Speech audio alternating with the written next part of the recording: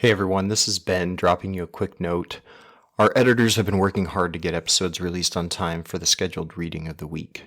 Unfortunately, this hasn't always been possible. We made the decision to release this episode with minimal editing rather than release it late.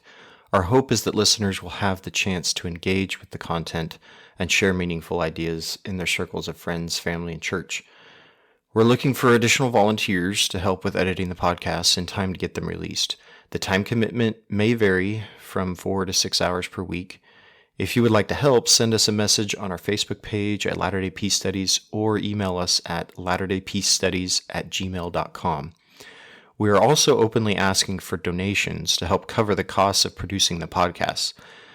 You can donate through PayPal by going to our website, latterdaypeacestudies.org, and clicking on Get Involved, then scrolling down to the donate box. Thank you to all who have helped out over the years and donated to the project. We are sincerely grateful. Latter-day Peace Studies is produced by peace-loving members of the Church of Jesus Christ of Latter-day Saints. Any views expressed herein are not to be taken as official positions of the Church or its authorities. Latter-day Peace Studies presents Come Follow Me. I'm Christopher Hurtado.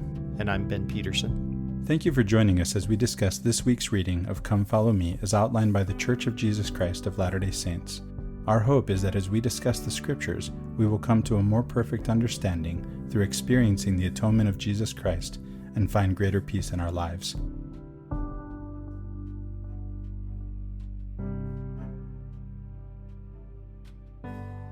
All right, welcome back, everyone. This week we are covering the Book of Deuteronomy. Okay, so we spent one podcast on Leviticus, one on Numbers, and now we're doing one on Deuteronomy, the entire Book of Deuteronomy. This was a lot of material to get through. As we've said, Numbers was a lot to get through as well. But I think one of the difficult parts this time about Deuteronomy wasn't so much the depth of the concepts, and there is some there, but it was just the repetition of everything, right? Because basically the Book of Deuteronomy is a rehashing of Exodus, Leviticus, and Numbers in many ways. And so when you're going through it, you can feel like it's like, well, this is nothing new. There's nothing here. But after you digest that a little bit and start going below the surface, especially with a lot of the textual and literary analysis that goes into Deuteronomy, there is a lot to understand contextually about Deuteronomy that makes the text give you a lot more aha kind of moments, right? Would you say that was kind of your experience too, Chris? Yes, absolutely. Yeah. There's much more here than meets the eye on the face of it. Yeah. Well, Deuteronomy says a lot without saying it, right? So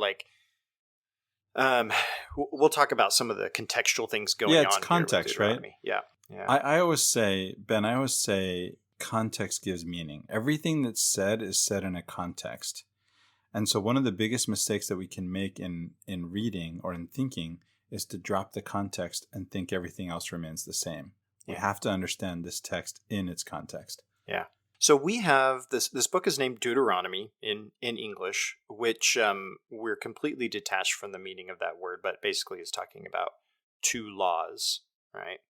But as with the other, with Numbers, second law giving. Yeah, second law giving. Yeah.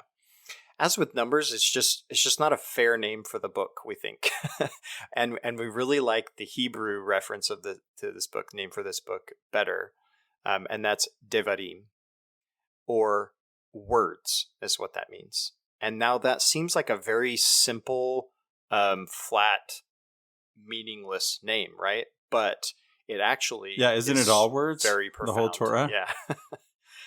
To name it words ends up being profound because of the context. So ostensibly, this is Moses giving a speech. This is Moses' speech. He's recounting Jewish history and commenting on it, right? Now, from a textual literary analysis, scholars basically, it's pretty obvious it's not Moses that wrote this book. There's a lot of sources that go into this. even if they do take something that can be attributed in their time to Moses, it's definitely not Moses that wrote the first and last words of this book. And there's a lot of clues there. The fingerprints of the editors, we could say, are all over this book. The fingerprints of the redactors, and they actually, because of that, they have there's an entire section of the documentary hypothesis that gets named after them, the Deuteronomists, right? And so much context going into what they're doing and why they're doing that, and how the book of Deuteronomy as we have it now came about. Basically, I want to go back to, though, the discussion of the title of the book, Words. This is, there's a lot of ways to approach this, but one of the things that stood out to me most is that this is a commentary or a reference to Moses's relationship with speech, or with words, but with speech specifically. So if we think back to Exodus, we're always thinking back to Exodus, right? That's the beginning. Yeah, well, that's the central point of the whole thing, right? If we think back to Exodus, that's the thing, Ben, that Deuteronomy is telling us over and over and over again, is to remember Exodus, right? Yeah. Moses is on Sinai and he sees the burning bush and he has a conversation with God, and God tells him to go tell something to the people, and Moses says that he can't. His speech is too slow, right? He's not a good speaker, essentially, is what he's talking about. He says he's not good with words. Not good with words. Devarim, right? the exact same word, right? And so this has been Moses's hesitation and concern with himself, his self-diagnosed weakness, right, the entire time. And so starting with the burning bush, and then we have another seminal moment that we got to last time, was the moment where he strikes the rock with the staff, where God had told him to speak to the rod, or to the rock, not to the rod. And that was significant because we talked about how God was trying to potentially lead him into a different way of doing things, not the striking, violence, authoritative force with the staff, but the persuasive speech of words, the power of words as opposed to physical force. And that's always been difficult for Moses, right? And in fact, this moment that he does that is the apparent reason that God gives that Moses cannot enter the promised land with the Israelites. And the fact that Moses can't enter the promised land with the Israelites is a very central, if not the central theme of his speech in Deuteronomy to the Israelites. He's constantly saying, you're going to cross over. I am not going to cross over. I'm not going to cross over Jordan and enter the land with you. I'm not going to do that. And he's constantly saying that over and over and over again. So we'll have more to say about that. There's something else, Ben, in Exodus. We get that Moses says he is uncircumcised of lips. Yes. And that's interesting because last time we mentioned Aviva Zornberg pointing out that it is through the genitals and through the mouth that we connect with other people, hopefully fruitfully, she said, right? Mm-hmm. And so it's interesting that he says he's uncircumcised of lips. These are the erotic organs, our mouth, our genitals, right? Yeah, and that the very nature of language is erotic. I remember saying that. Yeah. It's what makes language language. Yeah, the imagery there of being uncircumcised of lips, right? Not able to something's covering that. He's not able to express, to connect as well as he could. Yeah. So, the idea here behind this book being called Words, Devarim, is also harkens back to creation, right? Where God spoke things into being, right? Words are the method of creation. And up until now, especially Exodus, Leviticus, Numbers, it's been God doing most of the speaking. Yes, he's been doing it through Moses, but it's God's words. God said unto Moses, and God's always saying, the Lord says, do this, right? Now in Deuteronomy, it's Moses speaking his mind, right? So it's almost as if Moses has kind of finally overcome this weakness, has kind of finally arrived at a place where he has been able to speak. And then the irony of that is that you look back and realize he's been able to do it all along. He just didn't realize it. And God has brought him into that realization, that awareness of his ability to do it that he didn't know before. And so Deuteronomy is sort of the fulfillment of that, of Moses finally coming into his potential of speaking into being this. And yet he only gets to look at the promised land. He doesn't get to go in. Right. To go into it, right? Yeah. He doesn't get to connect with that land, right? He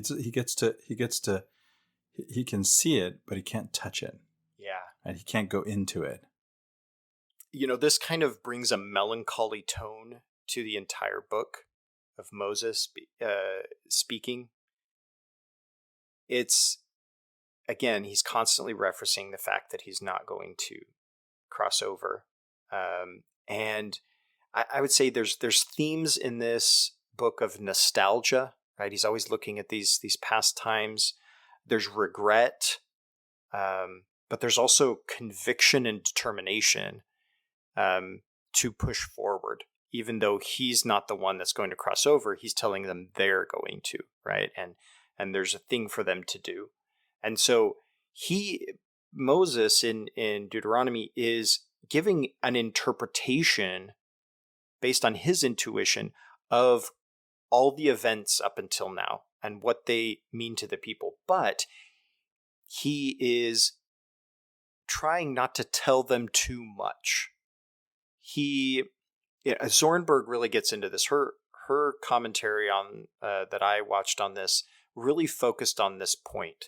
And it's that Moses is trying to hint at something to get the Israelites to think in a way about their situation and Moses himself without coming out and saying it. Because if he just comes out and says it, then it defeats the whole purpose. And what is the purpose? The purpose is for them to intuitively understand what God intends for them and what it is that this law that Moses has given them means.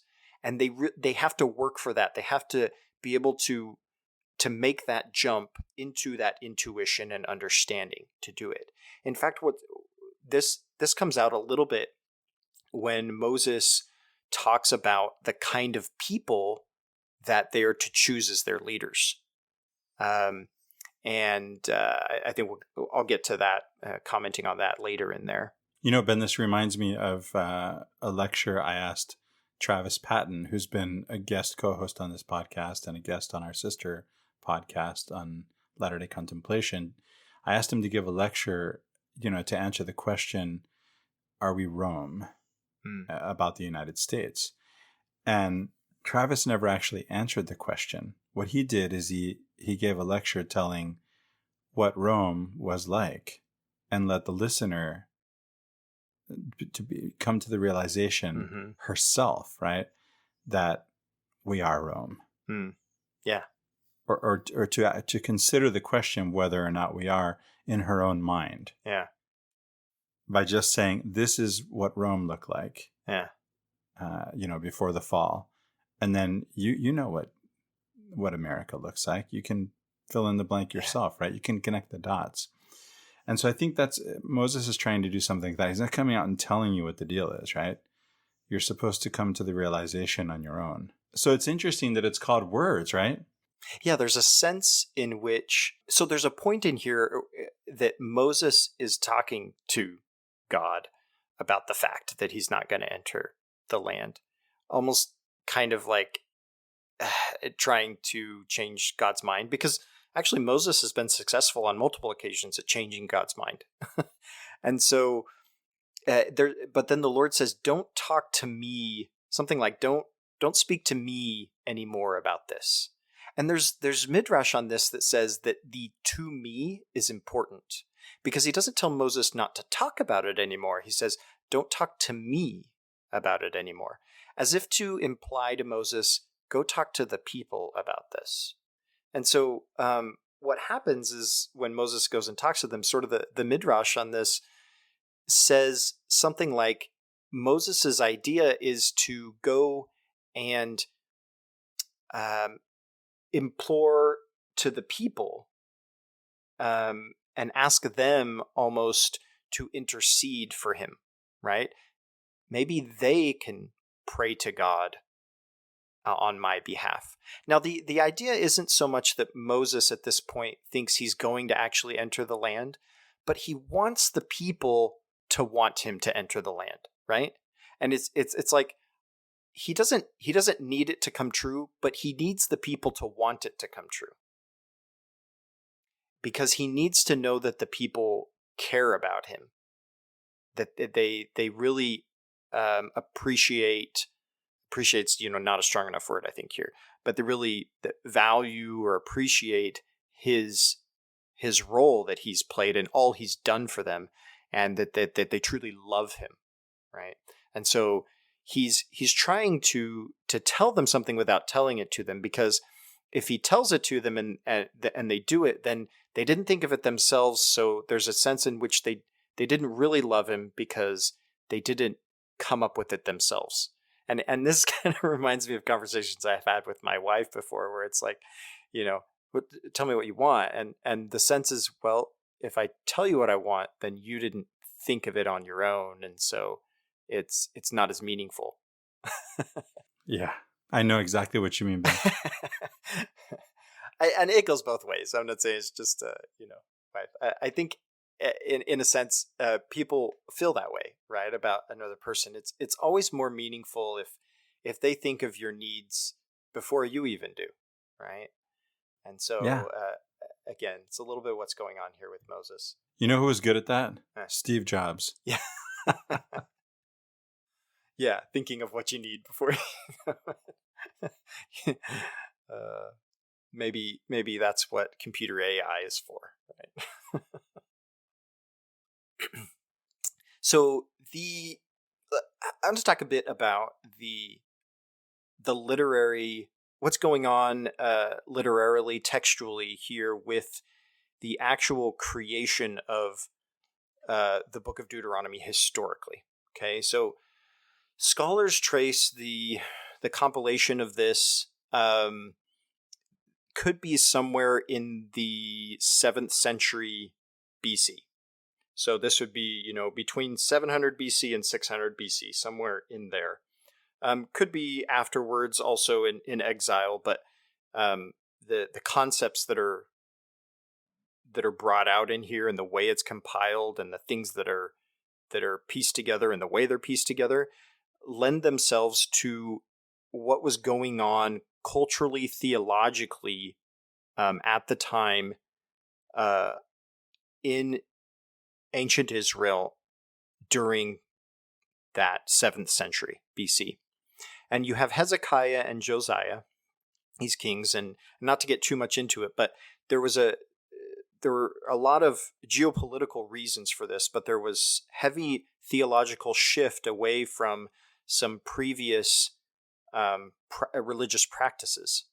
And some of the things that happened because of that was a more strict shift towards a not just monolatrous, but monotheistic assertions.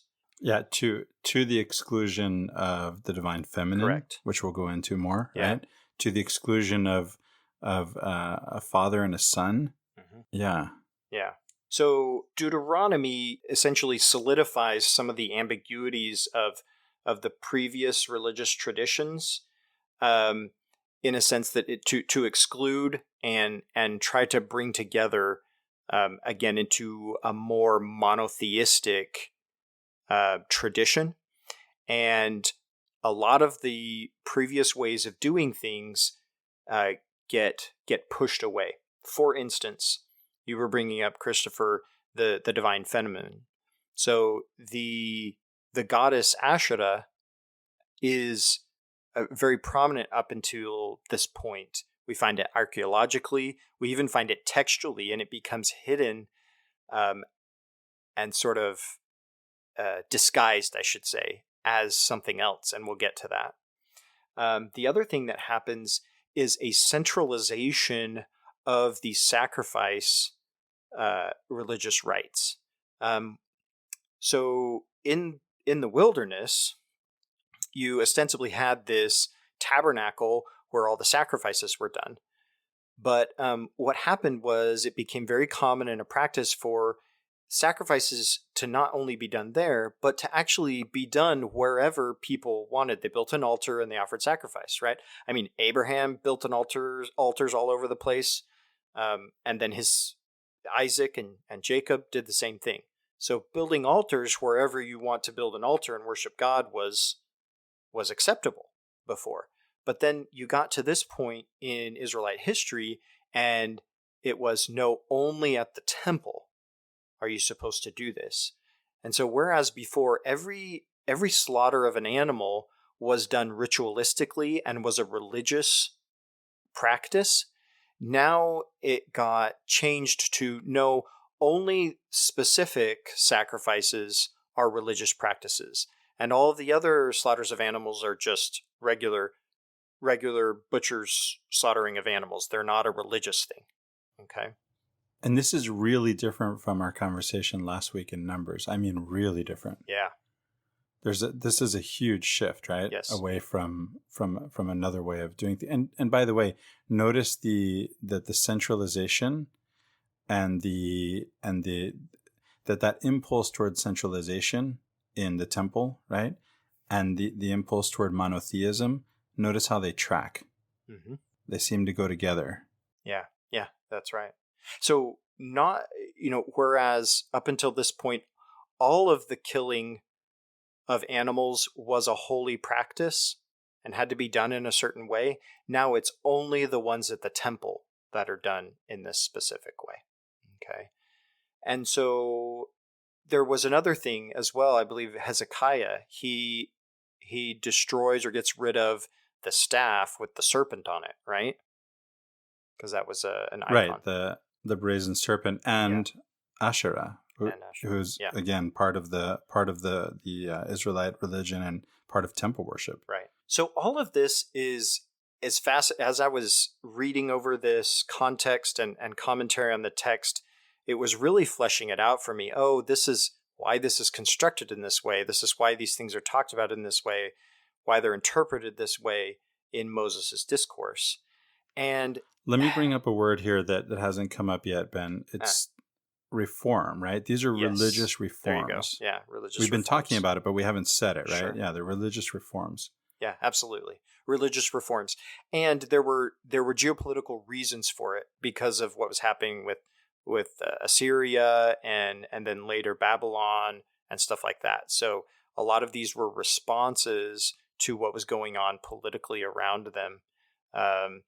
And even the structure of Deuteronomy, it's got a contractual nature to it, and it was very much patterned after other treaties that were going on at the time among the different nations and peoples. So suzerain vassal treaties, right? Yeah. That's one of the names for them. There's another one too, but I forget how to pronounce it, so I'm not going to butcher it. Yeah, and and it's typical actually that these kind of theological reforms happen for political reasons. We see the same thing happen later on in the Reformation. Well, it happened in our tradition as well, right? We had political changes around the turn of the 19th century. The Utah wanted to be a state, couldn't be a state with polygamy. And so there had to be religious reform that happened in order to respond to these political realities. Now, you can you can take that however you want, but even in the official declarations, it states it as a response to these political things. So this happens. Same goes for blacks in the priesthood. Correct. Yeah. So a lot of these reforms are responses to these political realities that are going on. So as I was thinking about all of this and the time frame, right? Like I'm just such a Book of Mormon guy, right? I was realizing, okay, this is leading up to 600 BC. This is when Lehi lives in Jerusalem. And sorry, I should step back a second. Ostensibly, the actual historical time frame we're talking about in Deuteronomy is not 600 BC. We're talking about the compilation of the text that we have, not the time period that it is purportedly covering or referencing, right? Right. So it's not Moses' time. You're not saying Moses' time is 700 BC. You're saying the composition of the Deuteronomy Right. text, right, is Deuteronomy is set in Moses' time, but it's written around the 7th century BC. And so we're talking Right. about the context of when it's edited, compiled, redacted, all of those things, right? And this context is by the these world, religious reformers. Yeah, the context is the world leading up to Lehi's family and the beginning of the Book of Mormon, where they leave Jerusalem. And if you go, you really don't have to read very far in First Nephi to start seeing how this really fits in with this world that we see contextualized by this discussion of how the book of Deuteronomy came about. So we talked about how all the religious reforms were getting rid of the pantheon of gods, where you had El as the chief god, and then he had the lesser gods as part of the council. And the idea was that including his son, right? And so historically, religiously, his son is Yahweh, right? And then and his consort, and his consort, the Asherah. goddess. Mm-hmm. So what happens historically, religiously, is that the Israelite tradition starts combining and confounding El and Yahweh into a single deity, and then gets rid of Asherah altogether. Into this scenario enters Lehi and his family. And the first thing that happens with Lehi is that he has a dream, and he has a dream of one. It says in 1 Nephi chapter 1, of one descending out of heaven and 12 following after him. And we've always taken this as we've interpreted this Christologically to mean Jesus and the 12 apostles. And I don't know that there's ever been given any other interpretation of that. I mean, it makes the most sense to us in our religious tradition and theologically. What I would posit is that at least to Lehi, and I'm not even saying that this is what God meant, but at least to Lehi, it might have meant something different. He may have originally understood this as in a different way. Because remember, Lehi, if he's living at this time, he has grown up with these other theological traditions, the pantheon of gods, Asherah, all of this other stuff. And so to him, this might mean something different. He might be seeing that old religious tradition that he might still be holding on to. And he's passing that on to his family. And in fact, he is going out and preaching to the people. Now it says he's talking about a Messiah that would come, but that doesn't, and saying it's the Son of God, right? But that actually fits in with that concept of Yahweh being the son of El, right? And so he then teaches this to his family, and I'm going to skip a part that I'll come back to of when they leave Jerusalem, but then later he has a vision, and when he's in the wilderness, and he has a vision of the tree of life, and he talks about it a bit, and then Nephi wants to understand it. And so Nephi goes and has the same or very similar vision, but then we get a more of an explanation from Nephi. And in the vision of the tree of life, he sees the mother of God. And there's been a lot of discussion around the relation between the tree of life and the mother of God, and the tree of life as a representation of the divine feminine. In not, trees in general as being a divine feminine symbol, but specifically within the Latter-day Saint tradition, this is actually a very discussed thing among scholars. And in fact, there's a particular article, is it by Dan Peterson, Christopher? Yes, that's right. Nephi and his Asherah. And where Dan Peterson discusses this concept within the theological context of the 7th century BC of Deuteronomy. And so, Christopher, I want you to take it from here and tell us what's so interesting about that. Yeah, it's really interesting because here, Nephi has this vision of the tree of life, and he wants to understand it, and he asks for an explanation, and an angel shows him what? The virgin and her son, and asks, now do you understand? What do you see, right? First, what do you see? And he said, well, I see a virgin and her son. And then ask, well, do you now understand the meaning of the tree of life? And he says, yes. And my wife says, wait a minute. What has the one thing got to do with the other? How does seeing a vision of a virgin and child explain the tree of life? And the answer, as Dr. Peterson argues, is it's part of Nephi's context to understand and know Asherah. So we've come to understand through archaeology that the difference between Canaanite and Israelite religion is not as great as we once thought it was when we only had the Bible to go on. Archaeological evidence has helped us understand better the similarities. And there are differences, right? And I'll highlight some significant differences here in this discussion of the divine feminine as represented by Asherah. So you have El, the original Israelite god, and he has his consort, Asherah, also known as Elat, the goddess, whereas El is god, Elat is goddess, her name Asherah.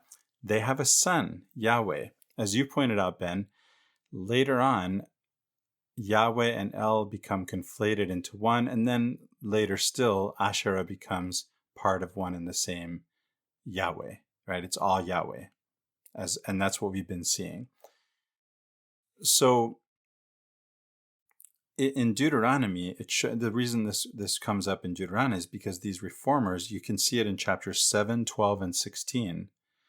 They're telling us to, depending on your translation, it might say burn the poles. So Asherah is she's part and parcel of temple worship. She's there in Solomon's temple. The virgin, in a sense, not only is related to the tree, but is the tree, right? So the goddess is the tree. The tree is a symbol of the goddess, and the tree stands as that symbol in the temple of Solomon. Hezekiah, when the brazen serpent gets removed, so does Asherah, but she comes back, and the brazen serpent doesn't. When you have the new young upcoming god Baal, right, who we dealt with last week, when he's when Elisha and Elias are taking on, it's Elisha and Elias, right? It's just Elijah in this case.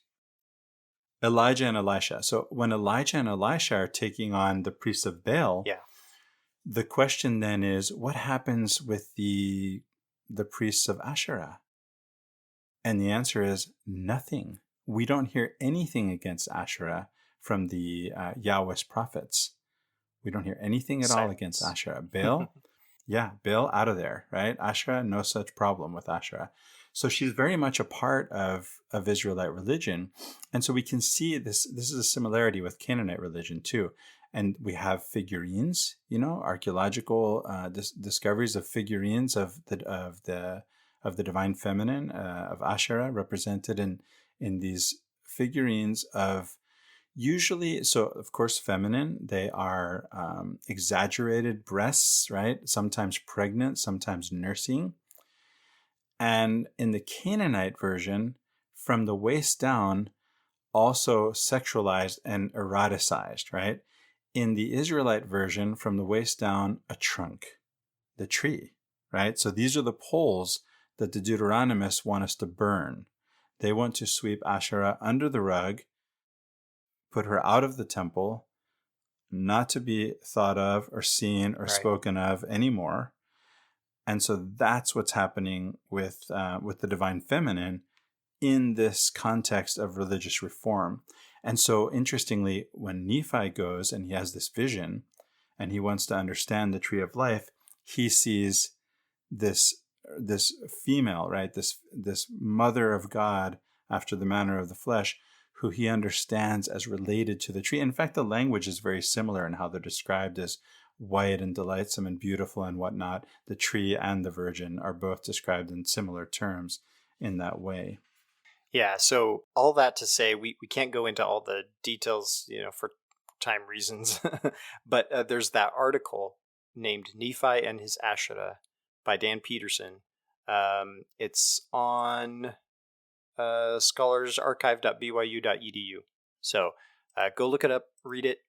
Interesting placement within this context.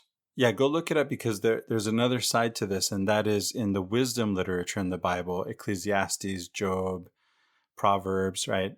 This is another, that wisdom is personified in feminine form. Yes. This is also having to do with the goddess, right? Yes. With the divine feminine. And so that's a whole other aspect to this article that is maybe less on point in this discussion, but part of the article. Yeah. Going back to Lehi along this line, though, is that it starts to make a little more sense, or give more reason and context to what is going on with Lehi and why he's leaving Jerusalem. Right. So all of this religious reform is going on, and Lehi is preaching to the people, and he's being threatened, right? Because he's not fitting in. In ancient mindset, religion and politics really were not different things. They were the same thing. And that's why these political changes affected religion so much. And so if you have different religious opinions from other people, then that means you have different political opinions, and those threaten the tribe, those threaten identity. So those are going to elicit violence in a lot of scenarios. And that's what happens with Lehi. So he leaves Jerusalem. And what does he do when he leaves Jerusalem? It says he travels 3 days into the wilderness. Where have we heard that before, Chris? That's what Moses says he wants to do, to right. worship the God of Israel to Pharaoh. So right? They travel, to Pharaoh, they're going to travel 3 days out into the wilderness. Guess what Lehi does when he travels 3 days out into the wilderness? He builds an altar and offers sacrifices. Well, wait a second. He's not supposed to be building altars in the middle of nowhere and offering sacrifices. They're only supposed to do that at the temple. Not anymore. Yeah, not anymore. According to the reformers. Unless Lehi is seen as a heretic in this case, which would make sense, right? And unless he sees all animal sacrifice as essentially a religious act. Correct, yeah. Right? As it were, as it was. Right? As it was previously. So this is another example of Lehi's maybe potential supposed heresy. The fact that he's traveling out into the wilderness and offering sacrifices. And then the next thing he does is, hey, we need these scriptures, right? They are rewriting all this stuff right now. They're recompiling these things and taking out the stuff that we previously did and worshipped and all of our stuff. So we want to go back and get the ones that are not changed. Potentially, right? And I am making a little bit of this up, right, to fit my model. but he sends. Well, you're inventing the details. Yeah, I'm inventing the details, correct. But it fits all within this scenario. So he sends his sons back to get these scriptures, right? And the idea would be that these are written on brass plates. They might predate all of these religious reforms, and so they might still contain all of these older ideas that Lehi and his family might hold to. Yeah, that's an interesting hypothesis, Ben. Yeah. there's a lot that could be going on here that really, really places the beginning of the Book of Mormon within a very fascinating historical context, in which the Book of Deuteronomy might have been produced, and ties it to it in a way that I had never realized before in multiple ways. Again, with Asherah, with his visions, with the scriptures, with the sacrifices, all of that sort of stuff really, really points to that period of Jewish Israelite history. Yeah, if this speaks to you, speak to us. Reach out. So you can reach out to Ben or me. You can comment on YouTube. You can comment on Facebook. You can, unfortunately, when it comes to episode by episode discussion, it has to be one of those two venues. If you have comments about the podcast in general, you can do that, via your favorite podcast app. But yeah, let us know what you think. Earlier, Christopher, you said something about how Moses throughout this book of Deuteronomy is constantly referencing back to Egypt and Exodus, and them coming out of slavery and everything like that. And it made me think of Alma chapter 5. Because in Alma chapter 5, Alma is speaking to the people and talking to them about what he calls the captivity of their fathers. In the narrative of the Book of Mormon, the people had been in captivity to the Lamanites at a certain point, Alma and his people. And they are delivered by the Lord through miracles and come out. And so this is another exodus that happens in the Book of Mormon, and travel through the wilderness, and they arrive. And then Alma's son Alma is going out and preaching, and one of the things that he does is tell the people, remember the captivity of your fathers, and it's part of his repentance thing. And he says he says something to them to make them think about how they felt back then. If you have felt to sing the song of redeeming love, can you feel so now? And this really evokes a lot of the same types of ideas that Moses is getting at here in Deuteronomy. It's that you remember, all the way down to the song. Yeah, right at the end of Exodus, and also right before the strange fire that we talked about last time. Right, this joyous song that with the divine presence. Remember all the things God has done for you, and don't lose that. Right, don't lose what you felt and what you knew in those moments of those miracles that were done for you by God. And yet he still, and tell your children. Yeah, and tell your children. Yep, raise your children that way. So yeah, it just reminded me of that discourse by Alma in Alma chapter 5. Yeah, it's a good parallel to point out. And these are significant parallels because they're thematic. Yes. Right? The theme that God hears the call of the oppressed and that he delivers his people is the central theme of the Bible, and maybe also probably the central all theme of the Book of Mormon. Yeah. It's actually central in the Quran just as well, and in the New Testament, it really is the central theme of at least the three monotheistic religions, traditions, sacred texts. Yeah. So I want to move into commenting on some specific parts as long as we have time, as we're recording, to some specific parts throughout the book of Deuteronomy.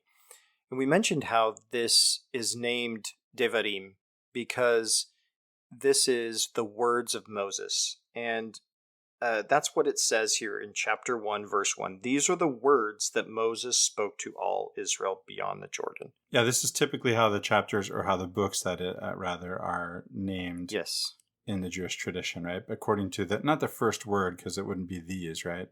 But the words. First significant word, that's going on. Yeah, absolutely. And it really is deeply significant. Do you remember, you and I both read something from Jonathan Sacks, Rabbi Jonathan Sacks, who's a British MP on this, and he had some interesting things to say about what these words mean. Because one of them, I'll just bring out one point, and listeners can, you can listen, you can read this article yourself. If you look for it, you'll find it. Devarim, Jonathan Sacks. That'll get you there.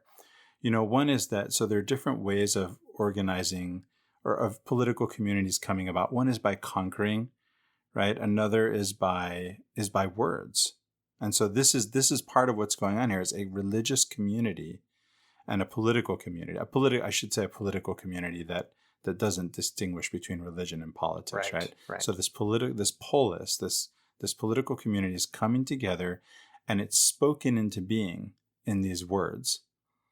And this is just like it's a covenant relationship, just like in the American tradition, right? In the constitutional vein, it's the same idea. Yeah, I think he references the Declaration of Independence in there. Yeah, yeah, and the U.S. Constitution. There's one other way form of putting together a polity that he mentions, but importantly, the one that's by words, right? This is one point that he brings out that I thought was worth mentioning. Yeah, absolutely. So I'm going to go to verse 13 in chapter 1, and it says this. It says, "Choose for each of your tribes individuals who are wise, discerning, and reputable to be your leaders. You answered me, the plan you have proposed is a good one. So I took the leaders of your tribes, wise and reputable individuals, and installed them as leaders over you." Okay. So something interesting here is that what the command is to find people who are three things. They are wise, discerning, and in the KJV it says understanding instead of discerning. I think Zornberg says, intuitive. Is one way to look at this as well. So wise, discerning. She would put it that way. Yeah, she's a very intuitive kind of person. Wise, discerning, and reputable. Okay, and then they said this is a good plan, and Moses says, "So I took the leaders of your tribes, wise and reputable." Well, there's something missing in what Moses did. Missing is that understanding, that intuitiveness, that discerning. And what Moses seems to be saying here is, you guys, I could find wise and reputable people, but I couldn't find people who were understanding or discerning or intuitive. And this is one of those things that Moses is saying without saying. He's saying, you aren't intuiting enough. You aren't reading between the lines enough of what I'm saying. I need you to get it without me saying it. You need to intuit things, and then you will be more on track with stuff. And it's a little bit of a calling out and a little bit of an insult, maybe, to say I could only find people that were wise and reputable, not intuitive or discerning.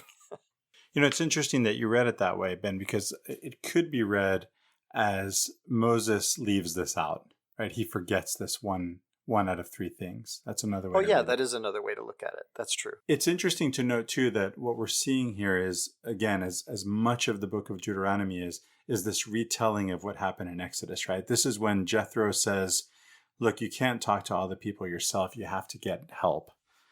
And so you have to appoint people. And this is what I see here. Yeah, absolutely. This is in the text. It talks about it as if these are two different events. One where Jethro comes and says, "Hey, appoint all these people," and then another time when the Lord says, "Hey, appoint all these people." And it's like, wait, we already did that. Why are we doing it again? And this just kind of brings out that documentary hypothesis, right? Where this is something that happened, but there's two different accounts of it, and they differ in terms of when they happen and how they came about. They fit them together in the narrative. One says Jethro does it. The other says the Lord commands him to do it. So I want to go to something in chapter 2. It's not necessarily a specific verse, but it's verses kind of 20 to 25 or so. And this is talking about... Can I, Ben, before you go into chapter 2, there's something I wanted to point out in chapter 1 too, that I almost forgot about. I thought it was interesting to note in chapter 1, verse 39, when we're dealing with knowing right from wrong, that the age of accountable discretion, and this is, you can check this against Isaiah 7:15, is 20 years. Because I thought it was interesting, and this I got from commentary, right? As I'm reading, it looks like I'm thinking, how old are these people that Moses is talking to? I thought they were 20 something. And then I read that they're of this, that they haven't reached this age of accountability. And so I thought, what, they're not 8 yet? And it turns out that the age of accountability is not 8. It's 20 years. Yeah. Adulthood. Yeah. Yeah. So that's different from our tradition and even the Muslim tradition where it's around 7. Yeah. Well, there's different ages for different types of accountability and responsibility, right? In our religious tradition, we say 8 for baptism, but then, then it's 12 for certain things, and then 16 for certain things, right? You're not supposed to date before you're 16. And then it's 18 for other things. And then in our like politically or even legalistically, 16 is driving, 18 is considered an adult, but not fully an adult, right? Because you still can't drink alcohol, and that waits till 21, right? Yeah. So we have all these sort of stages, and yeah, but there seem to be little or no limitations after 21, right? So that is, that's pretty close. They're saying 20. So when we get to chapter 2, Moses is starting to recount some of the conquests that have already happened in the land. And there's a lot of really specifics, like he references people and places and stuff like that. And there was some commentary in my Oxford Bible here that made me remember something that had come up when I was studying some ancient historical accounts. And that was that this is around the time of what's considered the end of the Bronze Age, 1300-ish BC, right? And the marker for the end of the Bronze Age is typically put around this date because of a series of events. And these events have to do with what are called the Sea Peoples invading various regions, particularly coastal regions. In a lot of ancient accounts, they're called the Sea Peoples. They come in and they invade these parts. They are responsible for the destruction of multiple ancient civilizations and a type of collapse that happens. And so actually, archaeologically, you see a drop in certain technological advances and civilizations at this time because of these invading Sea Peoples. And what is likely going on historically at this time is that a lot of what happened here in this land of Palestine is that you had these invading Sea Peoples that destroyed a lot of the people and civilizations that existed in that area.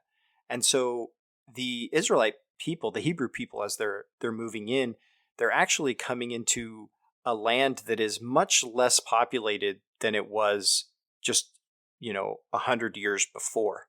So you get all these stories about the conquering of these peoples by the Israelites, but historically, what is very likely could have been happening is that they are actually entering lands that have already been conquered by these Sea Peoples and taken over.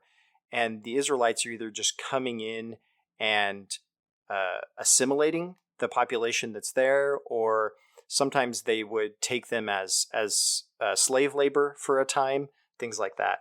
But then later in the accounts, this gets told as a conquest rather than really more of a migration, right? Well, that becomes the founding myth of this people, and it becomes important for them to distinguish themselves from the Canaanites. Whereas, as I've pointed out already, they look a lot alike in their actual religious practices, and in fact, it isn't until these reformers that they become different. And so, from depending on your point of view, right, from this Latter-day Saint perspective, it looks like we're not going to go with these reforms. We're going to go off to the Americas, according to the Book of Mormon story, right? And bring this older religion with us. including perhaps, right, the mother goddess. It's interesting because we still see this. There's an impulse going at least as far back as the Deuteronomists, right, to sweep the divine feminine under the rug, to let's not talk about that. Yeah, so let's keep the divine feminine at arm's length. Even in our tradition, where a divine feminine is acknowledged, that's about as far as it goes. Yeah. Right, that we're not going to talk about that. Yeah. And so here we are talking about it. On that note, I mean, I don't know how far you want to skip here, but the next thing I have to talk about is in chapter 7. So I know that's a bit of a jump. Yeah, actually, there's something here in chapter 4 I want to point out because it's just because it relates to something you said. In verse 5 of chapter 4, we read, "See, just as the Lord my God has charged me, I now teach you statuses and ordinances for you to observe in the land that you're about to enter and occupy." This is the whole project of the Deuteronomists, right? You must observe them diligently, for this will show you your wisdom and discernment to the peoples, who when they hear all these statutes will say, surely this great nation is a wise and discerning people. Yeah. There's that discerning that is coming back that Moses left out. Yeah, so this is the concern, right? The main concern of Deuteronomy is this transition from generation to generation of this normative experience and this polity that's Israel, right? That's the Deuteronomist concern. And that's really what Deuteronomy is all about.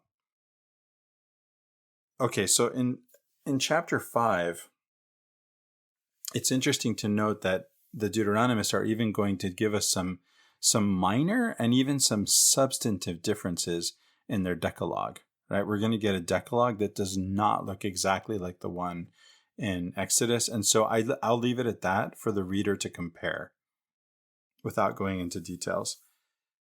Notice that there are differences. Some of them are substantive. And then, we have this idea of the covenant relationship, right? That's another main theme that comes out. If you look at 5:10, chapter 5, verse 10, you have this idea of steadfast love, what is in Hebrew chesed. That's this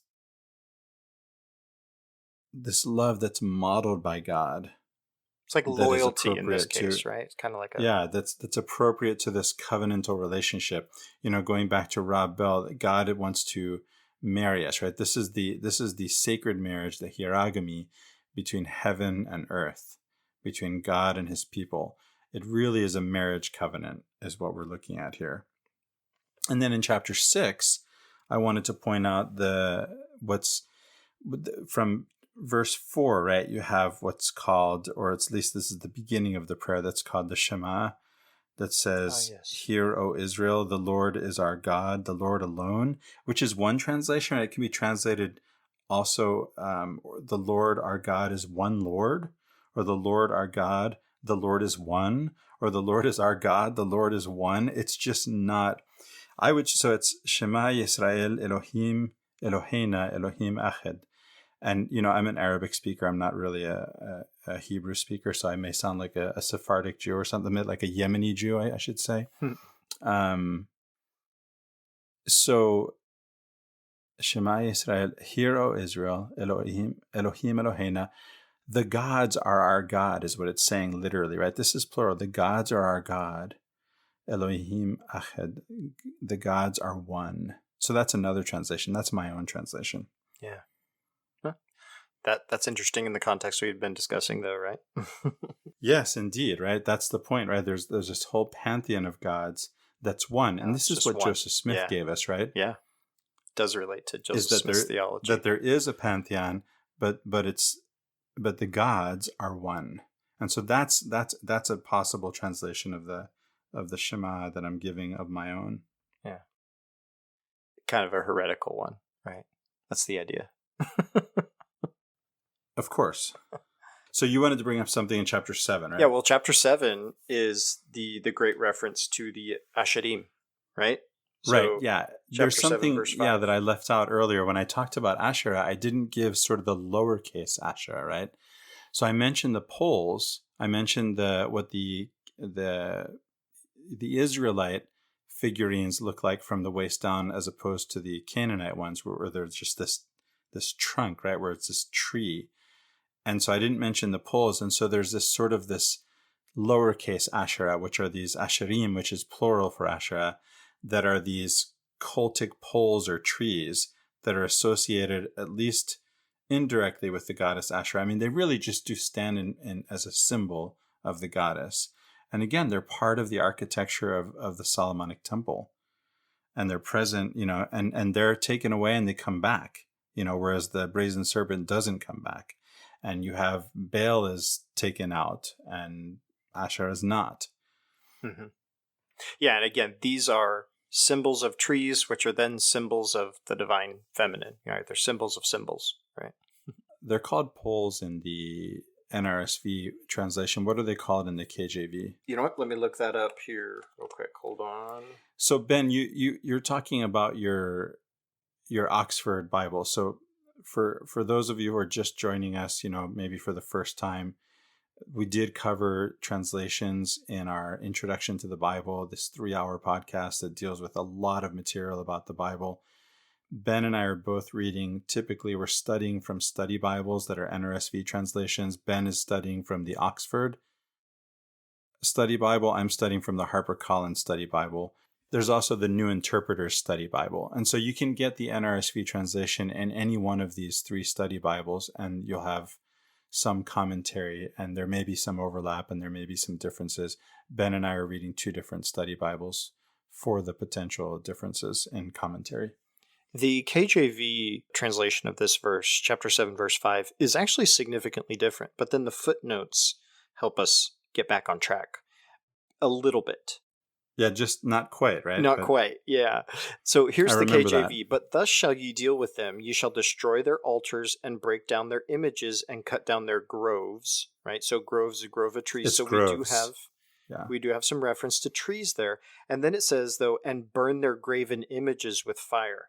Well, they weren't really graven images in this case. If we go down to the footnotes here, they're talking about it, again, the footnote here says Asherim. The Hebrew is Asherim, and then it says, i.e., fertility deities. And right. It's like, yes, fertility was part of it, but this has more to do. There's more to it than being a fertility deity, right? This isn't right. Yeah, so we're talking about Asherim. Anytime you read, and this is in chapters, we're here in 7, it shows up again in 12 and again in 16. When you read about these groves, when you read in the NRSV about poles, you're talking about these trees that are symbols of Asherah. In chapter 7 also, verses 7 through 16, it's interesting to note that the God's devotion to Israel, it doesn't really have anything to do with any intrinsic value in the nation. It's in the people themselves. It's really just, it's about God. It's not about them. It's about who He is. Yeah, He chose them. Does that make sense? They didn't choose Him. Yeah, just like being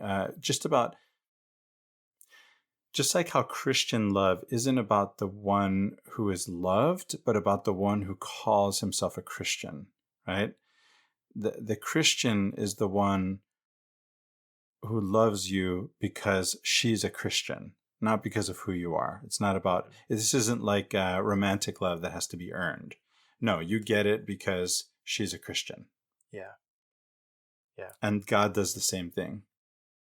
Yeah, the idea here is that God is bringing them into the land because they're the people He has chosen, not because of something they've done, right? In fact, it's in spite of what they've done because they rebelled against Him and complain against Him and all these sort of things.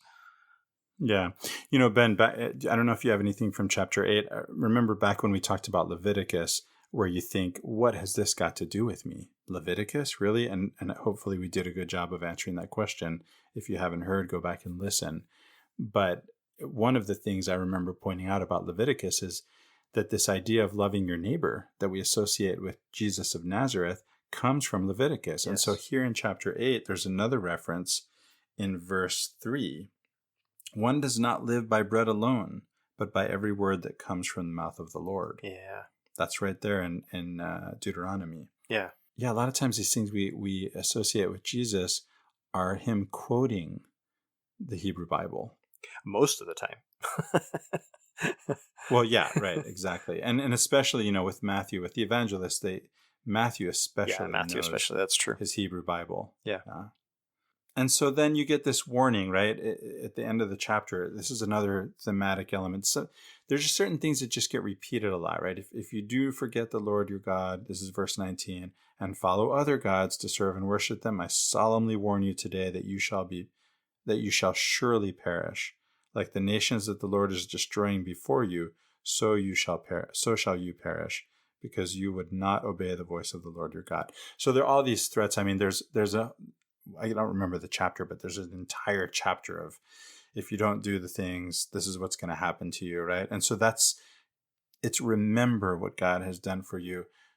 Keep his commandments, or if you do, you'll prosper. If you don't, you'll be destroyed. And we get this over and over and over in this book. The next thing I have to bring up is in chapter 12. So did you have anything before then? Yeah. So I thought, again, I just noticed something different from the story that we got in Exodus, where the golden calf is ground up and, pulverized and then dissolved in water. Drinking and to cold be, water. To be drunk. Yeah, to be drunk. And here you actually get in chapter 9, you get in chapter 9, verse 21, that it's actually put into the dust goes into a stream that runs down the mountain. It's a completely different story. Oh, interesting. Once again, in chapter 10, verse 12, you get, so now, O Israel, what does the Lord your God require of you? Only to fear the Lord your God, to walk in all his ways, to love him, to serve the Lord your God with all your heart and with all your soul. In verse 14, although heaven and the heaven of heavens belong to the Lord your God, the earth with all that is in it, yet the Lord set his heart in love on your ancestors alone and chose you, their descendants after them, out of all the peoples, as it is today. And then you get these, in verse 19, you shall also love the stranger, for you were strangers. This is, again, another theme that's repeated a lot. Remember that you were strangers too. You were slaves in Egypt. So remember the stranger. You shall fear the Lord your God. Him alone you shall worship. To him you shall hold fast. And by his name you shall swear. He is your praise. He is your God, who has done for you these great. And this is an exhortation, right? This is a homily that Moses is giving, and who has done for you these great and awesome things that your own eyes have seen. Your ancestors went down to Egypt, 70 persons, and now the Lord your God has made you as numerous as the stars in the heaven. Another theme that gets repeated a lot in this book, right? That promise made to Abraham that his descendants would be as the sands of the sea, right? Has been fulfilled.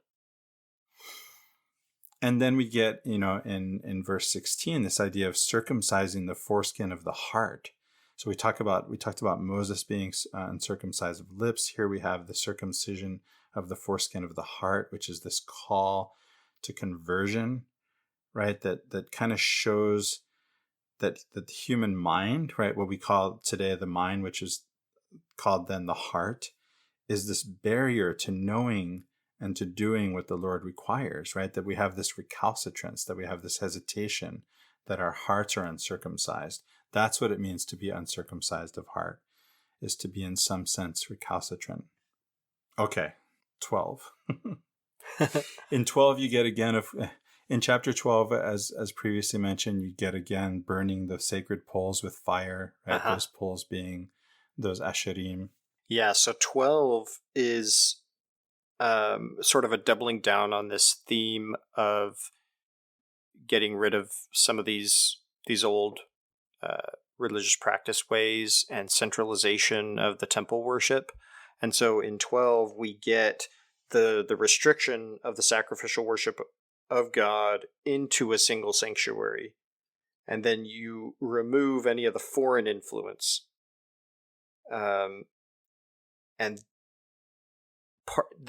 So this is done in two particular ways. So some of the commentary here I'm going to read about this. It says that there are two revolutionary distinctions. First, between sacrificial worship at random sites, any place rejected as illegitimate, and legitimate sacrifice performed at a single sanctuary, the place that the Lord will choose.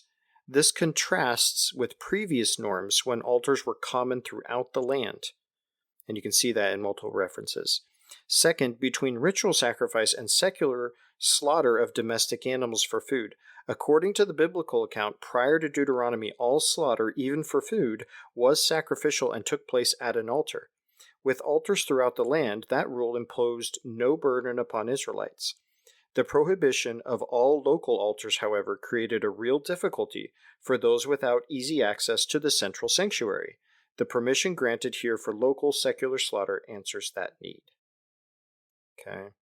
So you're bringing all of the religious practice centralized into the temple that centralizes that authority politically and religiously, right? And then you're saying, okay, well, you can still do sacrifices, but they're not religious anymore.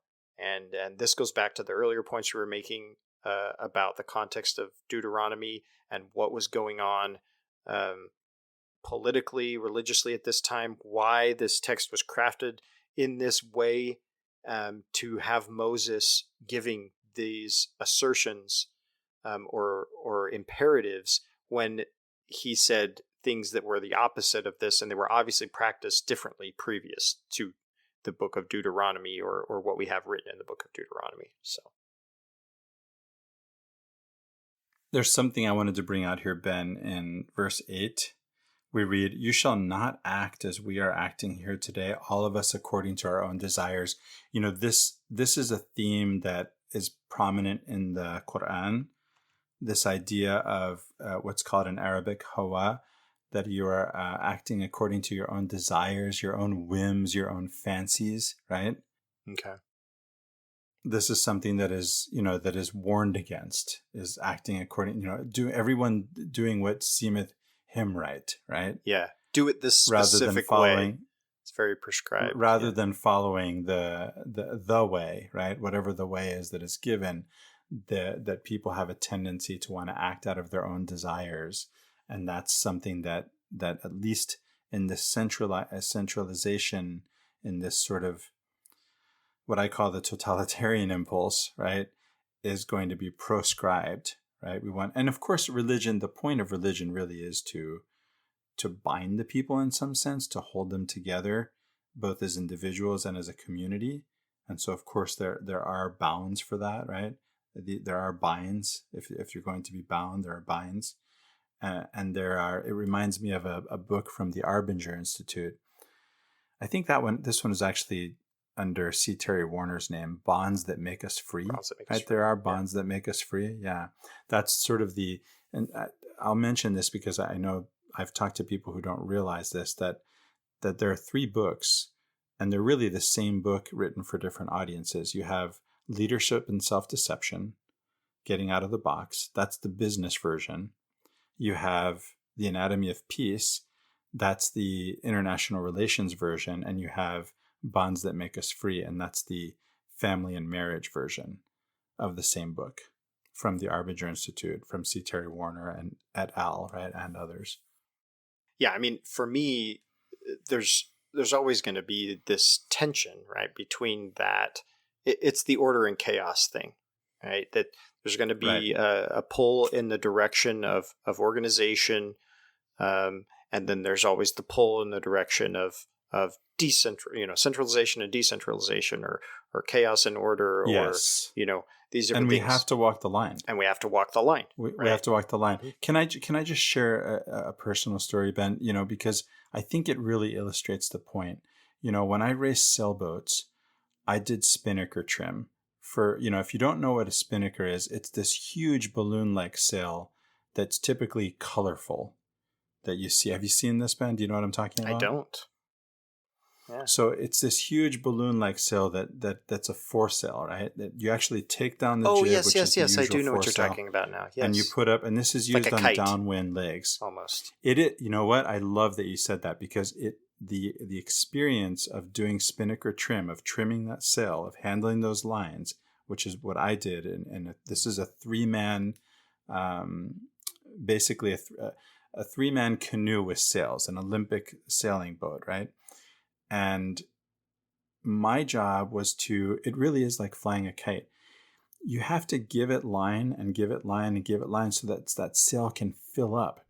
But as it starts to fill up, it comes to a point where the edge starts to curl. And that tells you the whole thing is about to collapse. It is on the verge of collapse. And if that collapses and gets wet, that's it. You're not going to win the race.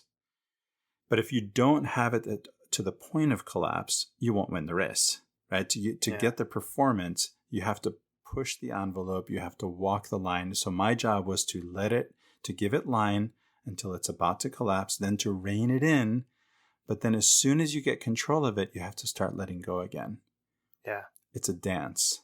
And it's a beautiful thing. Definitely, and I think it's a really good analogy. Yeah. It's the principle with yin and yang as well. So yes, indeed. The idea is that there's some sort of order and structure you create, but even within that, you have to allow for there to be, ambiguity, randomness, chaos, call it whatever you may. But then, within, anyway, I think that's been talked about. And it has to be incorporated. It has to be integrated, right? In the same way that as Jung pointed out, our shadow self has to be integrated. We can't deny a part of ourselves. Right? You cannot just put it out of you, right? You have to actually integrate it in a healthy way. And so it's the same idea. And so when I say the totalitarian impulse, I mean the one that doesn't allow for that ambiguity. The one that only wants to rein too in. many confines, too small a box.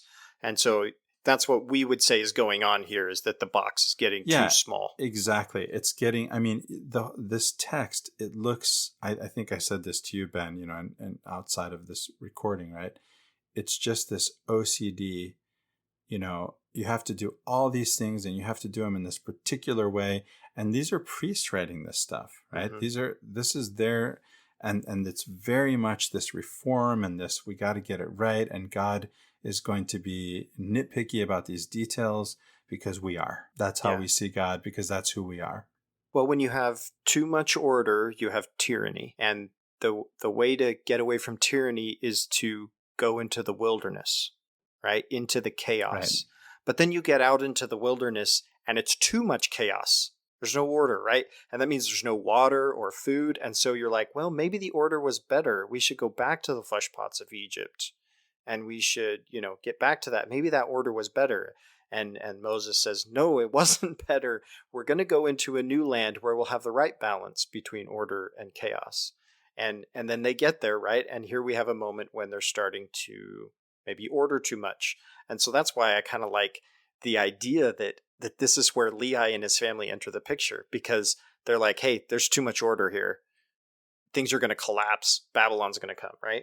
And so we need to get out of here. So they go into the wilderness, right? Into a new land. So it's just that repeat of that archetype, that theme. It is. So yeah, I see it. I see it in my own family too, without saying, I'm not talking about, when I say feminine, I don't mean male and female. I'm not talking about gender. I'm talking archetypally. Yeah. The feminine archetypally is the chaotic, right? And the masculine archetypally is the orderly. And when it comes to my own wife's personality, I remember when I went to study in Jordan, I left my wife and kids behind for those months that I was studying in Jordan. And because of my wife's nature, not because she's a woman, but because of her particular nature, this randomness is more of her way of being, right? It's her energy type. And so there was a sense in which she felt freer in the way that she could, go about the day-to-day, whatever, the day-to-day life without me there. Mm-hmm. And felt, in a sense, sort of emancipated, right, from the order that I was imposing in some sense. And then before long, guess what? She wanted me back. It's too much. We need you back, right? We need you, but we need some order to this. And so I tried to, to strike a balance, this balance that we're talking about, so that, and I tried to show this sort of the bonds that make us free, the idea that if you have, that there's an order that you can create that's enough that makes sure that you actually have room, that you actually have space for that randomness, for yourself, right? For your own expression, that even that could be in some sense planned, right? So that because we want to make sure that even that occurs. It's a fascinating concept. I mean, it seems to crop up all over the place, all the way down to like actual straight up particle physics. If you study particle physics, like this concept presents itself in all of it. It appears in all of the human interactions with reality in the world around us. This is a recurring theme, and some have posited that, well, this is just the way that the human psyche interacts with and observes reality, and so that we can't help but view it in that way, regardless of whether that is the true nature of reality. That is the only way that humanity's consciousness can perceive it. So, yeah, all of that, as our midrash on chapter 12, verse 8, right? Verse 8, and for more on in this vein, see our sister podcast, Latter-day Contemplation, where we contemplate on these things. Cool. So there's something here I wanted to go through in chapter 15, Ben. Chapter 15, verse 7. If there is among you anyone in need, a member of your community in any of your towns within the land that the Lord your God is giving you, do not be hard-hearted or tight-fisted toward your needy neighbor. You should rather open your hand, willingly lending enough to meet the need, whatever it may be. Be careful that you do not entertain a mean thought, thinking, the 7th year, the year of remission, is near, and therefore view your needy neighbor with hostility and give nothing, right? Because if you lend at that time, you have to forgive the debt. Yeah. Give liberally. I think I skipped something. Your neighbor might cry to the Lord against you, and you would incur guilt. Give liberally and be ungrudging when you do so, for on this account the Lord your God will bless you in all your work and in all that you undertake, since there will never cease to be some in need on the earth. I therefore command you, open your hand to the poor and needy neighbor in your land. So we see this, we see true religion here. And among, frankly, there's a lot we're skipping here, right? Yeah. We're skipping all over a lot of the harsh stuff. Indeed, yeah. We don't see God in it. We can see God in this. Absolutely. Right, there it is. We see again, the concerns of these priestly reformers. We see politics, we see, and here we see true religion, pure and undefiled. That actually goes along with what I was going to talk about in chapter 22. Again, don't know if you are okay with skipping that far, but... Well, hang on, let me see. No, let's not do that quite yet, because now remember we said that there is another reference, one more reference in Deuteronomy chapter 16 to the Asherim, right? These lowercase Asherahs. Yeah.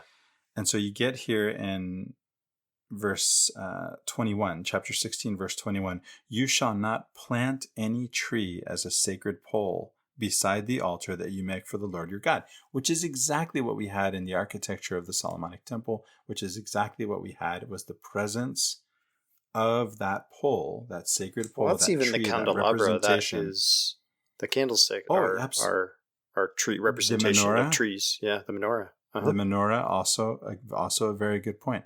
But we had in the temple and in the tabernacle this representation of this tree of the divine feminine, and here it is being put out.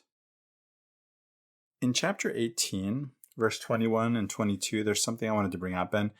You may say to yourself, we read in the NRSV translation, how can we recognize a word that the Lord has not spoken?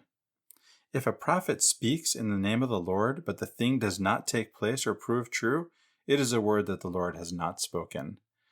So this is sort of it's a version of time vindicates the prophets, right? As Hugh Nibley puts it. Mm-hmm. And so, this is actually a current concern for many. This is something, well, how do we know that this is, the will of the Lord? Especially as we look at us here. We're here looking back at people who understood God differently than we do. And, we don't actually see God the same way that they did.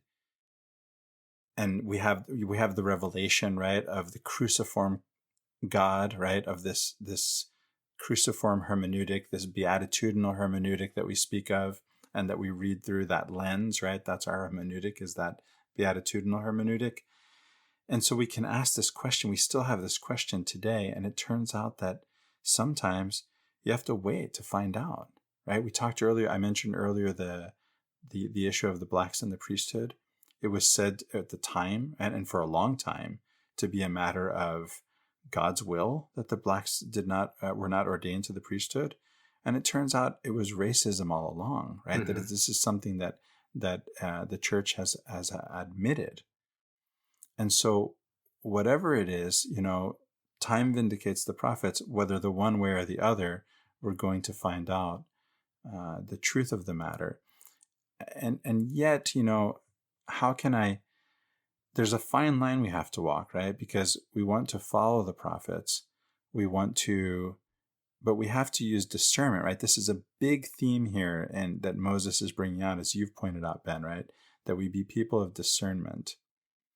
And remembering, of course, in our tradition, that whatever it is that we have access to straight from God is not something that overrides for the church, right? For the purposes of the institution, what the way things are, right?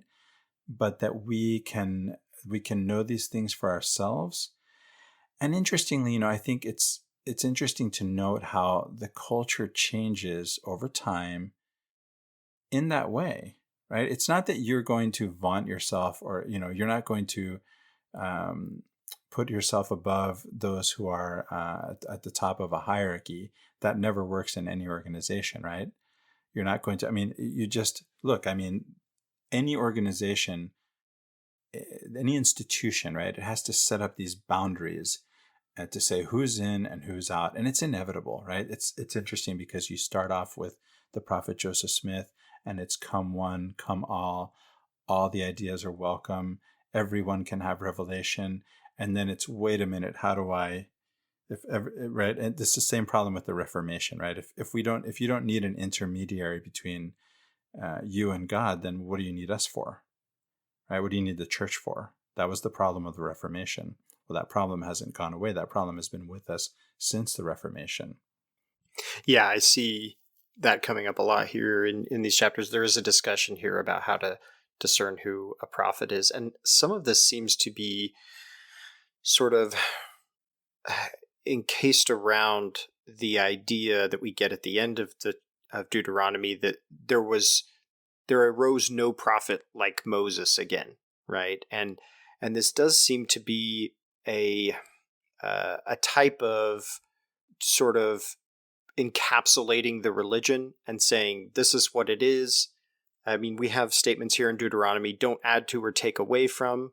We get this in our society now, like the Bible is what the Bible is. You don't add to or take away from it. Right. And yet we do. Yeah. And yet we do. We do. And exactly. We have to negotiate this. You hear things from people like, I don't believe in anything, that's extra biblical. I've heard this before, like, and sometimes if it's the right thing to say, I'll say something like, well, that belief is extra biblical, right? Because the Bible itself says that there's other stuff, right? So it doesn't ever, posit itself as the only thing. So there's a lot of nuance to that. And this idea of identifying a prophet is not a settled question, right? We've tried to settle it with certain things in our tradition and stipulate that. And Well, through we probably hierarchy, have some right? very interesting things to say about it, but you're realizing this is a question from Moses's time, right? How do you identify a true prophet? And the ways that are given here are very, very ambiguous, and And they're not subjective. definitive. They're very subjective, exactly. Indeed. So ultimately, we have received some pretty wise counsel from President Nelson. Some years ago, he said something to the effect of us needing to seek the Holy Ghost and guidance from God individually in our lives, and that if we don't do that, we won't be able to have the direction from God that we need, regardless of what prophets say directly to us. We have to get that in our own lives. We have to seek that guidance and that counsel directly from God. Yeah. So now, speaking of things that we don't, we just don't think about God this way. In chapter 20, you have this, the priests. In verse 2, before you engage in battle, the priest shall come forward and speak to the troops, and you shall say to them, "Hear, O Israel, today you are drawing near to do battle against your enemies. Do not," and this is not like Jesus, right? Love your enemies. "Do not lose heart or be afraid or panic or be in dread of them, for it is the Lord your God who goes with you to fight for you against your enemies, to give you victory." And then we have, offer them peace terms, and if they don't accept them, slaughter every man and take the women to be your sex slaves. I mean, this is just like, I remember seeing videos on YouTube where people were going out with these I think it was these verses, and trying to make people believe that they were reading from the Quran or something, so that they could, to look how horrible this book is, and then to be able to turn that around and them say, actually, this is from the Bible, right? And have these people who say that this is the word of God and it's inerrant, and that now deal with that, right? I just read you this. You thought it was from the Quran. It's from your Bible. What are you going to do with that, right? Take that literally. Yeah. Yeah. Which, by the way, if you read something like this in Quran, it has its own context, and it has the verses before that no one reads, and it has the verses after that no one reads. And they usually say something like, "Nevertheless, God is merciful and better to forgive," right? Yeah. Yeah. Something like that. There's always more context than we Yes. want to accept. If I were to go to chapter 22 now, I would reference back to what you were talking about with the relationship with your neighbor. So chapter 22 gets into this love thy neighbor concept, but it also starts sort of stipulating, it brings up the debate over what the definition of my neighbor is. And these are some of the verses that were debated among the scribes and Sadducees and Pharisees at Jesus's time. And these are what evoke the question to Jesus, who is my neighbor?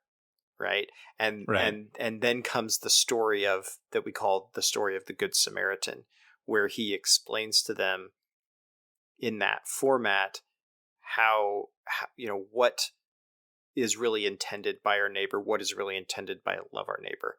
And yet these verses here, along with some others, are what sort of give rise to this debate and trying to figure out and nuance who it is that I'm supposed to love and who it is that I'm supposed to hate, and who am I really responsible for this, helping this person, or, well, if there's this one little caveat, then I don't have to help this person in this way, right? And there's this whole discussion over this, and Jesus comes in and says, no, you love your neighbor, and your neighbor is anybody that's around you that's in need.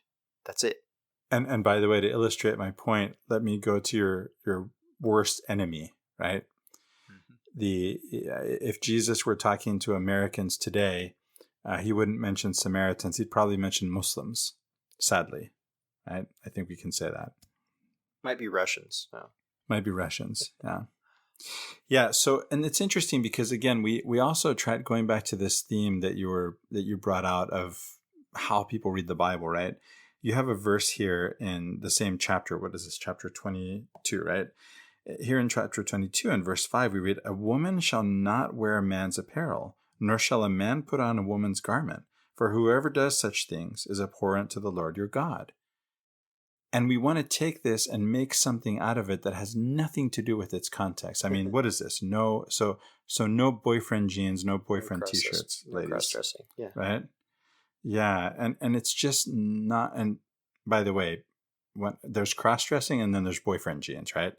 So it's about neither, right? It's about neither one of these things. It, in its context, it likely has something to do with the religious practices of the Canaanites that the Deuteronomists are going to proscribe for their people, for Israel. Yeah. It's kind of like before, look around you and do the opposite of what everybody else is doing. Exactly. Just like we saw earlier in the Torah. And actually, interestingly, remember in the context of this episode, right, is that maybe these guys are wrong.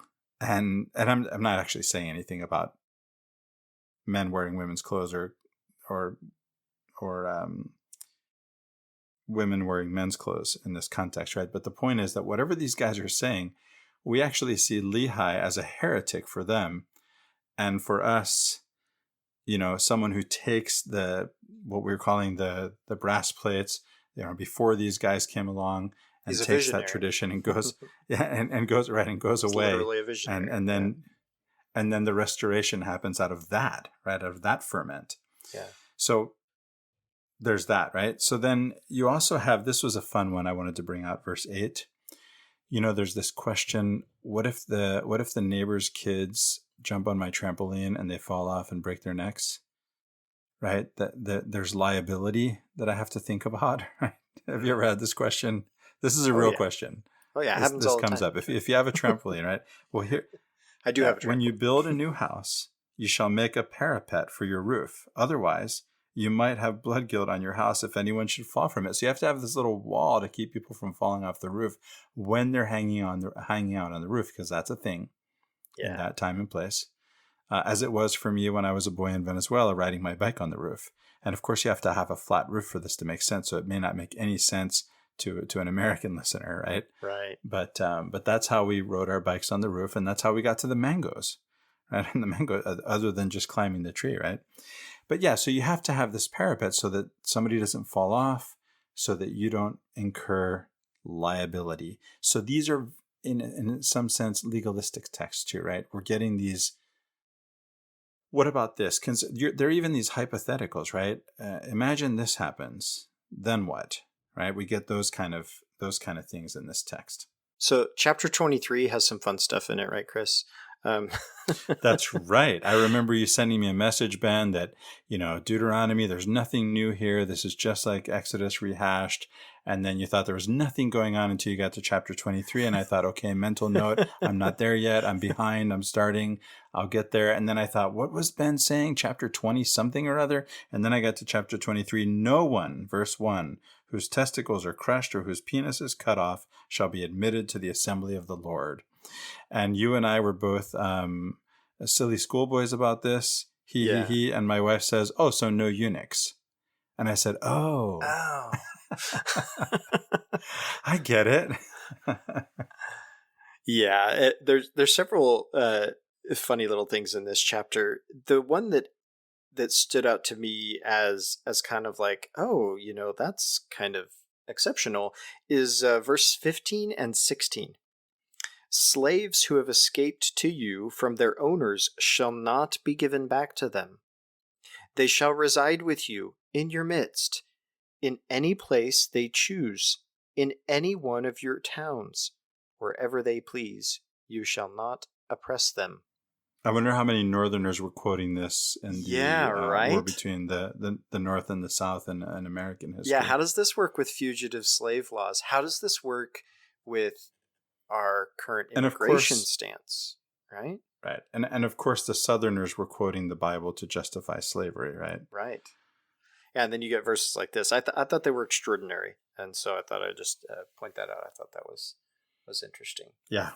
We have temple prostitutes mentioned in verse 17 and 18, and that's interesting in and of itself. Yeah, some of the commentary I've seen on this wants to say that not prostitutes in the way that we think of prostitutes now, but that they were dedicated specifically to the temple, not for sexual purposes, but as as we would say, like the Levites, right, are dedicated to that. So I don't know one way or the other to say. That sounds apologetic, but then this is a controversial matter. Yeah, so not sure. So yeah, I mean, there is a commentary here on this verse in my HarperCollins Study Bible, right? The temple prostitute refers to a consecrated persons, right? To consecrated associated in biblical usage with Canaanite or otherwise pagan rites. So the question is, to me, the question remains open even after reading that footnote. Are the Canaanite temple prostitutes in the traditional sense? And they're not in the consecrated. And this would be like the difference I explained between the Canaanite Asherah figurines and the Israelite Asherah figurines. The Canaanite ones being sexualized, and the Israelite one being more of a nurturing mother than the erotic image of the Canaanite figurine. Yeah, it's unclear to me. I mean, like in the Roman tradition, you have the Vestal Virgins as well. So right, but the thing is that these things are related, right? There's a connection here, right. And there may be a controversy here. There may be an ambiguity, but the ambiguity is because there's a connection. And remember, you and I talked about, and from Aviva Zornberg, right, the idea that there is an erotic connection, right? We have to expand our sense of what we mean by erotic between that we make those connections as human beings, not only with our genitals but with our mouths, right? Mm-hmm. And that those are erotic. The ways that we connect with others are erotic. That the very nature of language is erotic. Yeah. I thought that was one of the more profound points she's brought out about the whole thing. It really has kind of let me see some connections that I hadn't seen before. In chapter 31, we have a moment, and this isn't the only time this happens, but we have a moment where the editors or redactors of this tip their hand a little bit, because whereas this whole thing has been talked about in the third person, it's ostensibly Moses that wrote this, right, as he's speaking, even though it's written in the third person. We have these moments where it's like, okay, Moses couldn't have or wouldn't have written or said this in this way because of what's said. You talked last time about the time where it says Moses was, the most humble person in the whole earth, right? And it's not likely Moses would have written that. Yes, Ben, that's like me. My humility is one of my traits I'm most proud of. Right, exactly. In chapter 31, we have Moses basically narrating his own death, right? So obviously something else is going on here. Moses arrives at the age of 120 years. Whether or not he literally lived that long isn't the point here. This is symbolic of something. We had the first 40 years of his life that were spent in Egypt, the second 40 years of his life that were spent in the wilderness with his father-in-law, right? And then the last 40 years of his life are, at the beginning, helping the Israelites get out of Egypt, and then wandering in the wilderness. And then this is the third 40 years of his life. He's 120 years old. This is symbolic of the maximum age for a human. The idea is that a human wouldn't live beyond 120 years. I think this is referencing something in Genesis where God says that man wouldn't live beyond 120 years. I'd have to go back and look up the reference. Idea here being that Moses really has lived the ideal lifespan. And there comes this He's lived a full life. Yeah, completely full life. And there comes this moment in chapter 32 where Moses is commanded to die. Yeah. Well, he's reached that 120 years. There's no two ways about it.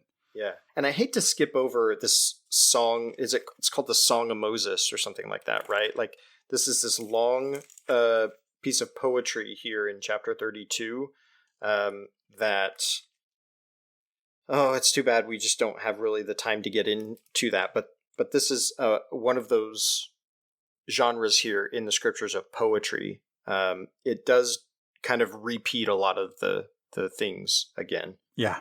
But as that happens, after that happens, Moses is then commanded to die. And it's an unusual imperative, right? But it establishes that Moses, everything he does up to dying is commanded by God, right? He follows everything God commands him to do, even dying. Right. So, there's a quote I wanted to share. It's in her book on Moses, right? On Moses, there's a book on Moses by Aviva Zornberg. She actually chose this quote as her epigraph, right? To set the tone for the whole book. She writes, in his diary, Kafka, this is the author of the famous Metamorphosis, right? Writes about Moses. This is in his diary. He writes about Moses. He has throughout his life the flair it takes to discover Canaan. That he should see the promised land only on the eve of his death is implausible. The last point of view can have only one meaning, that of showing life as an imperfect moment. And how imperfect, since a life of this nature could last indefinitely without ever resulting in anything but a moment. It was not because his life was too short that Moses did not enter Canaan. It was because it was a human life. Oh, yeah. Oh, we could talk about that for an hour and a half. We can't do that, Ben. Not tonight. There's something else I wanted to go back to here in chapter 31, verse 16. There's another occurrence of the word prostitute, which has really nothing to do with what we might think of, right? When we read prostitute. When the people would begin to prostitute themselves to the foreign gods in their midst. That one's actually probably evident, right? From to prostitute yourself to the gods. I don't think anyone would take that literally. This is really about going astray in worshiping foreign gods, right? Yeah, this is a religious adultery, right? Because Yes, exactly. I like that, the way you put it, religious adultery. Being unfaithful to the God who wants to marry theological adultery, maybe, or something like that. Yeah. When I get to the last chapter of Deuteronomy 34, this actually talks about the end of Moses' life and his death. And, in Rob Bell's book, I think it's What is the Bible? This is like the opening thing. He talks about this verse and Moses and what it says about Moses. Which verse is it? So this would be verse 7. Can we start at verse 1? Sure. Because in verse 1, right, we have, then Moses went up from the plains of Moab to Mount Nebo. Now, I don't know where the plains of Moab are. Maybe I've been there, maybe I haven't. But I have stood atop Mount Nebo. Yeah, I have too. To the top of Pisgah, which is opposite Jericho. And the Lord showed him the whole land. And you really can see. You can see from the top of Mount Nebo, you can actually see the Dome of the Rock. The place where on the Temple Mount, where there's a monument that marks the spot where Muhammad rose on his night journey that he takes a winged steed from Mecca to Jerusalem and then goes up and rises, to the top of the heavens, all through the levels of heavens. And fun story, right? To go into a little bit of the detail, he's told that the Muslims should pray many more times than 5 a day. And Moses tells him, wait, God told you what? No, you got to go back up there and talk to him. They're not going to do it. I know these people, they wandered, 40 years in the desert. They wouldn't listen. You got to tell God, you got to talk him down. You can change God's mind. These prayers. I've done it. Yeah. And he sends him back up. Yeah, right. He sends him back up multiple times. And at one point, when it gets down to 5, Moses is still saying, no, it's too many. And Muhammad says, look, you go talk to him. I'm not going back up again. And that's the story. So you're standing on Mount Nebo and you can see the whole land in front of you. Yeah. Yeah. You and I both had that experience. Yeah. And it's not even that, we call it a mount. It's not even that high of a mountain. It's just where it's positioned that it really gives you a good perspective. Yeah. Yeah. And as a matter of fact, I can think of a higher place that you can actually look out over the same land, which is from the top of, where the monastery is in Petra. Oh, from yes. the top of that mountain. Yes. Yeah. Yeah. So the idea here in chapter 34, verse 7 says, Moses was 120 years old when he died. His sight was unimpaired and his vigor had not abated. So in the KJV, instead of vigor, it says his natural force. I think Rob Bell read a different this is manliness translation. we're talking about. Yep. Yeah, so this is his fertility. And it's virility. Virility, yeah, that as well. Virility, yeah. Virility. So the idea here is that Moses's this promise that they would have posterity, right, and multiply.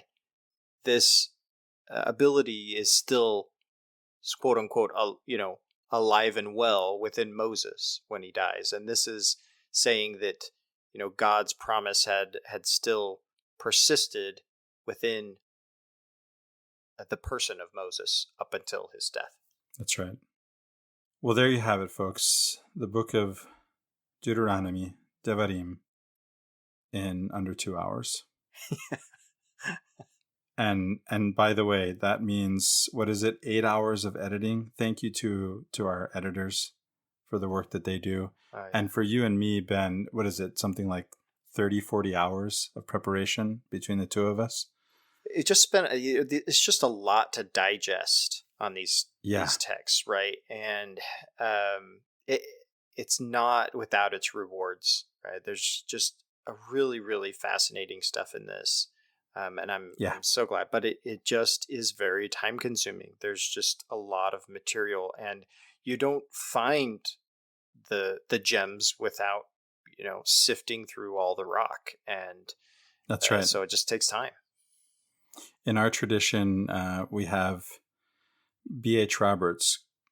I found out later on, I attributed this quote to B.H. Roberts. He was really quoting Lord Byron, and it's become our family motto here at the Hurtado home, which is, the heart is the good, and truth is a gem that loves the deep. Go and search for it. There you go. For Latter-day Peace Studies, I'm Ben Peterson. And I'm Christopher Hurtado. Thank you for listening.